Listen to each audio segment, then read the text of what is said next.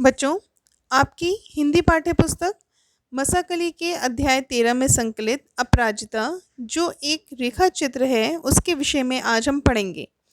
बच्चों, अपराजिता पाठ को पढ़ने से पूर्व इसके सारांश को जान लेते हैं।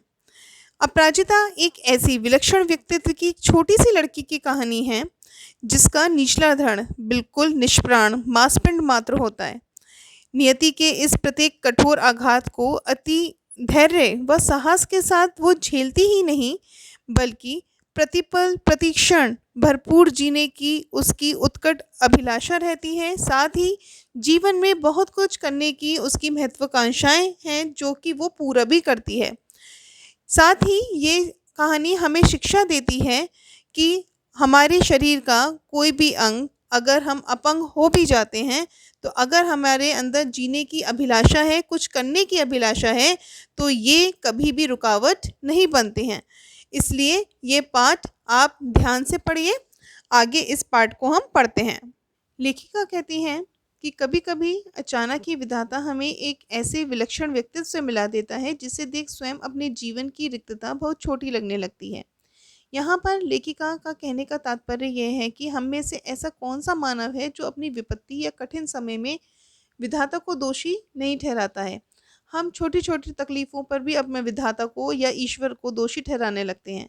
लेकिन एक उदाहरण देते हुए लेखिका कह रही हैं कि ये मैंने एक ऐसी अभिशप्त काया देखी है जिसे विधाता ने कठोरतम दंड दिया है, किंतु उसे वे नतमस्तक आनंदी मुद्रा में झेल रही है, विधाता को कोस कर नहीं। लेखिका कह रही हैं कि वो एक ऐसी लड़की से मिली हैं जिसका निचला धड़ बिल्कुल निष्प्राण है, जिसमें बिल्कुल प्राण नहीं थे और मांसपिंड मात्र था, किंतु वो उसे आनंद के साथ उसे झेल रही थी, विधाता को कोस कर नहीं। उसकी कोठी का अहाता एकदम हमारे बंगले के अहाते से जुड़ा था। अपनी शानदार कोठी में उसे पहली बार कार से उतरते देखा तो आश्चर्य से देखती रह गई। कार का द्वार खुला, एक प्रौढ़ा ने उतरकर पिछली सीट से एक व्हील चेयर निकालकर सामने रख दी और भीतर चली गई। दूसरे ही क्षण धीरे धीरे बिना किसी सहारे के कार से एक युवती ने अपनी निर्जीव निचले धड़ को बड़ी दक्षता से नीचे उतारा, फिर वह साकियों से ही व्हील चेयर तक पहुंच उसमें बैठ गई और बड़ी तटस्थता से उसे स्वयं चलाती कोठी के भीतर चली गई। यह सब देखकर जो लेखिका है वो बहुत ही आश्चर्यचकित थी कि एक निर्जीव जिसका निचला धड़, ऐसी लड़की का जो एक निचला धड़ जो बिल्कुल ही निर्जीव था, जिसमें बिल्कुल प्राण नहीं थे, वो अपना काम बिल्कुल एक मशीन की भांति स्वयं कर रही थी। धीरे धीरे मेरा उससे परिचय हुआ। कहानी सुनी तो दंग रह गई। नियति के प्रत्येक कठोर आघात को अति अमानवीय धैर्य एवं साहस से झेलती वह बित्ते भर की लड़की मुझे किसी देवांगना से कम नहीं मिली। लेकिन यहाँ पर लेखिका कह रही हैं कि उस छोटी सी लड़की ने एक उदाहरण सबके लिए प्रस्तुत कर दिया और मैं चाहती थी कि इसकी कहानी एक वस्त्रों से सज्जित लखनऊ का मेधावी युवक भी पढ़े, जिसने मैंने कुछ माह पूर्व अपनी बहन के यहाँ देखा। वे आईएएस की परीक्षा देने इलाहाबाद गया। लौटते समय दुर्घटनावश उसका एक हाथ पहिए के नीचे आ गया और उसके प्राण तो बच गए, पर दायां हाथ जो था उसका वो चला गया। जब उसकी भुजा विच्छिन्न हो गई, मतलब उसकी जो भुजा उसको काटनी पड़ी, तो इसके कारण वो अपना मानसिक संतुलन खो बैठा। पहले दुख भुलाने के लिए वे नशे की गोलियां खाने लगा और फिर बाद में नूर मंजिल की शरण उसने ले ली। केवल एक हाथ खोकर ही उसने हथियार डाल दिए। किंतु चंद्रा चंद्रा कौन? वो छोटी सी लड़की जिसका जो निचला धड़ था वो बिल्कुल ही निष्प्राण था। चेहरे पर विषाद की एक रेखा भी नहीं मिलती थी और साथ ही उसकी आंखों में अदम्य उत्साह, प्रतिपल प्रतिक्षण भरपूर जीने की उत्कट जिजीविषा और फिर अनेक महत्वाकांक्षाएं थीं। उसी एक महत्वाकांक्षा का वर्णन करते हुए लेखिका कहती हैं कि जब उसे ये पता चला कि मैं लखनऊ की हूँ, तब उसने मुझसे कहा कि अब लखनऊ जाते ही मुझे ड्रग रिसर्च सेंटर से पूछकर यह बता दीजिएगा कि मेरे विषय माइक्रोबायोलॉजी से संबंधित कुछ सामग्री वहाँ पे क्या मिल सकती है। अर्थात माइक्रोबायोलॉजी उसका पसंदीदा विषय था और उससे संबंधित सामग्री, मतलब उससे संबंधित जो उसे पुस्तकें थी वो उसे चाहिए थी। इसलिए उसने लेखिका से कहा कि आप लखनऊ जाते समय मुझे ये बता दीजिएगा। आगे वे पूछती है कि उनके दामाद हवाई के ईस्ट वेस्ट सेंटर में हैं, तो क्या उन्हें वे उनका बायोडाटा भेजकर फेलोशिप के विषय में पूछ सकती हैं? इस प्रकार की अनेक महत्वाकांक्षाओं के विषय में लेखिका कहती हैं। लेखिका आगे कहती हैं कि अगर हमारी सामान्य सी हड्डी टूट जाए या पैर में मोच आ जाए, तो ऐसा लगता है कि विपत्ति का आकाश ही सिर पर टूट पड़ा हो। किंतु इधर इस लड़की का पूरा निचला धड़ ही सुन्न है, किंतु उसमें कुछ भी करने की उमंग भरपूर रूप से भरी हुई है। आजकल वे आईआईटी मद्रास में काम कर रही है। लेखिका कह रही हैं कि जन्म के 18वें महीने में ही उनके गर्दन के नीचे का पूरा शरीर पोलियो से निर्जीव हो गया था, किंतु इतने के बाद भी उसमें अद्भुत साहस था, और उस साहस का जीता जागता सबूत यह था कि उन्हें उनकी थीसिस पर डॉक्टरेट की डिग्री भी मिली थी। वो कहती है, जो बच्ची है छोटी, वो ये कह रही हैं कि मैडम, मैं चाहती हूँ कि कोई मुझे सामान्य सा सहारा भी ना दे। आप तो देखती हैं मेरी माँ को मेरी कार चलानी पड़ती है। मैंने इसी से एक ऐसी कार का नक्शा बना कर दिया है जिसमें मैं अपने पैरों के निर्जीव अस्तित्व को भी सजीव बना दूंगी। यह देखिए, मैंने अपनी प्रयोगशाला में अपना संचालन कैसे सुगम बना दिया है। मैं अपना सारा काम स्वयं निपटा लेती हूँ। उसने मुझे तस्वीरें दिखाईं। समस्त सामग्री उसके हाथों की पहुंच तक ऐसी धरी थी जैसे निचला धड़ ऊपर उठाए बिना ही वह मनचाही सामग्री मेज पर से उतार सकती है। किंतु उसकी आज की इस पटुता के पीछे एक सुदीर्घ कठिन अभ्यास की यातनाप्रद भूमिका है। स्वयं डॉक्टर चंद्रा प्रोफेसर के शब्दों में, हमने आज तक दो व्यक्तियों द्वारा सम्मिलित रूप से नोबेल पुरस्कार पाने के विषय में ही सुना था, किंतु आज हम शायद पहली बार इस पीएचडी के विषय में भी कह सकते हैं। देखा जाए तो यह डॉक्टरेट भी संयुक्त रूप से ही मिलनी चाहिए, डॉक्टर चंद्रा और उनकी अद्भुत साहसी जननी श्रीमती सुब्रमण्यम को।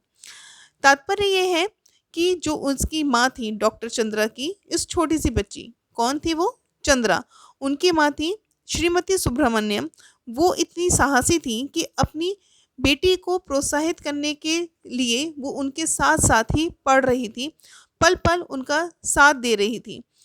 25 वर्ष तक इस सहिष्णु महिला ने पुत्री के साथ साथ कैसी कठिन साधना की, और इस साधना का सुखद अंत तब हुआ 1976 में, जब चंद्रा को माइक्रोबायोलॉजी में डॉक्टरेट की उपाधि मिली।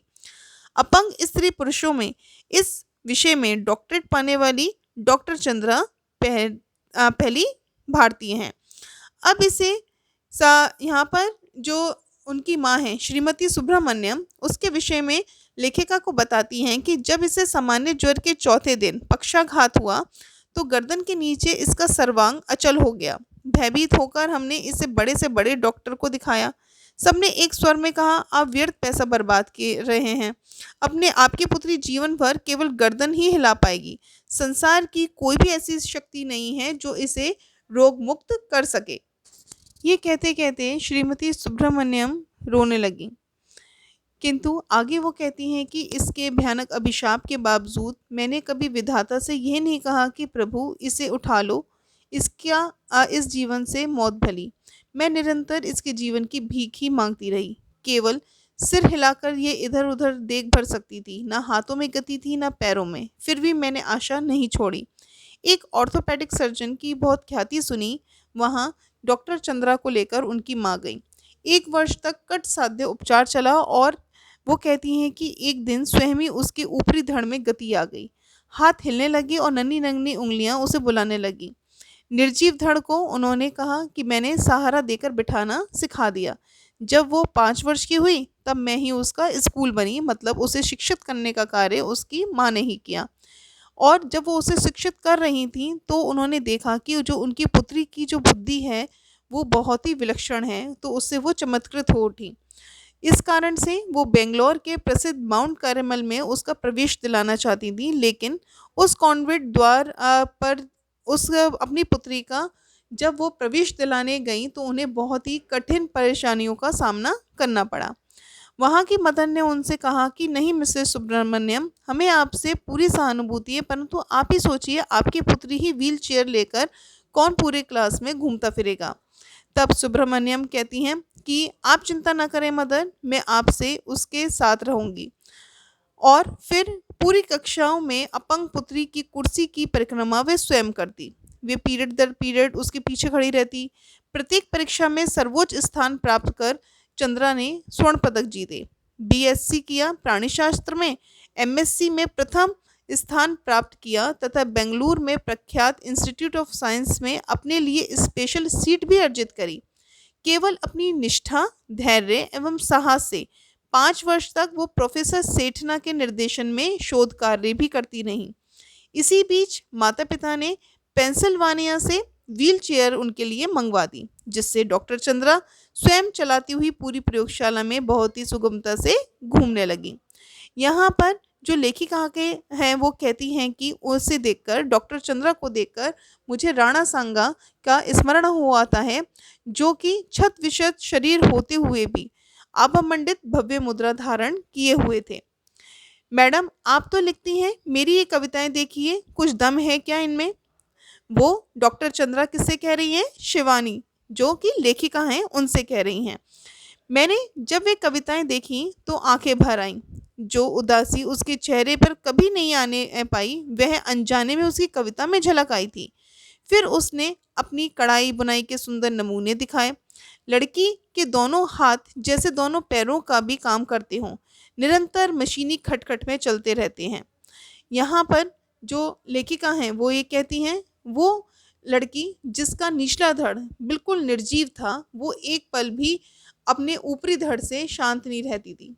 तो कभी कविताएं लिखती थी, तो कभी पेंटिंग करती थी, कभी कढ़ाई बुनाई करती थी। लेखिका कहती हैं कि जर्मन भाषा में माता पुत्री दोनों ने मैक्समूलर भवन में विशेष योग्यता सहित परीक्षा उत्तीर्ण की। माता पुत्री कौन? डॉक्टर चंद्रा और उनकी माँ श्रीमती सुब्रमण्यम में। गर्ल गाइड में राष्ट्रपति का स्वर्ण कार्ड पाने वाली प्रथम अपंग बालिका कौन थी? डॉक्टर चंद्रा। यही नहीं, भारतीय एवं पाश्चात्य संगीत दोनों में उनकी समान रुचि है। अपने एल्बम को अपनी निर्जीव टांगों पर रखकर वह मुझे अपने चित्र दिखाने लगी।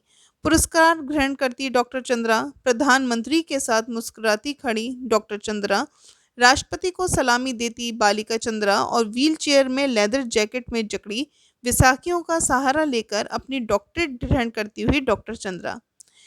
वो कहती हैं कि मेरी बड़ी इच्छा थी कि मैं डॉक्टर बनूं। मैं अपंग डॉक्टर मैरी विर्गिज के सफल जीवन की कहानी पढ़ चुकी थी। परीक्षा में सर्वोच्च स्थान प्राप्त करने पर भी मुझे मेडिकल में प्रवेश नहीं मिला। कहा गया कि मेरा निचला धड़ निर्जीव है, मैं एक सफल शल्य चिकित्सक नहीं बन पाऊंगी। किंतु डॉक्टर चंद्रा के प्रोफेसर उनके लिए कहते हैं कि मुझे ये कहने में रंच मात्र भी हिचकिचाहट नहीं होती कि डॉक्टर चंद्रा ने विज्ञान की प्रगति में महान योगदान दिया है। चिकित्सा ने जो खोया है वह विज्ञान ने पाया है। चंद्रा के एल्बम के अंतिम पृष्ठ पर उनकी जननी का बड़ा सा चित्र, जिसमें वे जेसी बेंगलोर द्वारा प्रदत्त एक विशिष्ट पुरस्कार ग्रहण कर रही हैं, वीर जननी का पुरस्कार। बड़ी बड़ी उदास आंखें, जिनमें माँ की व्यथा भी है और पुत्री की भी। अपने सारे सुख त्याग कर नित्य छाया बनी पुत्री की पहिया लगी कुर्सी के पीछे चक्र सी घूमती जननी, नाक के दोनों ओर हीरे की 2 जगमगाती लौंगों, अधरों पर विजय का उल्लास, जूड़े में पुष्प वेणी। मेरे कानों में उस अद्भुत साहसी जननी शारदा सुब्रमण्यम के शब्द अभी भी ऐसे गूंज रहे हैं कि ईश्वर सब द्वार एक साथ बंद नहीं करता। यदि एक द्वार बंद करता है तो दूसरा द्वार खोल भी देता है। डॉक्टर चंद्रा की माँ जो श्रीमती सुब्रमण्यम है, उनकी ये जो विचार थे, उन्होंने ही अपनी जो अपंग, जिसका जो निचला धड़ था वो बिल्कुल ही निष्प्राण था, उसमें अद्भुत प्राण भरकर उन्हें ऊंचे शिखरों तक पहुंचाया। इसलिए बच्चों, कभी भी छोटी छोटी परेशानियों से घबराना नहीं चाहिए, अपने ऊपर विश्वास रखना चाहिए और जो लक्ष्य है उससे पाने के लिए हमेशा कार्यरत रहना चाहिए।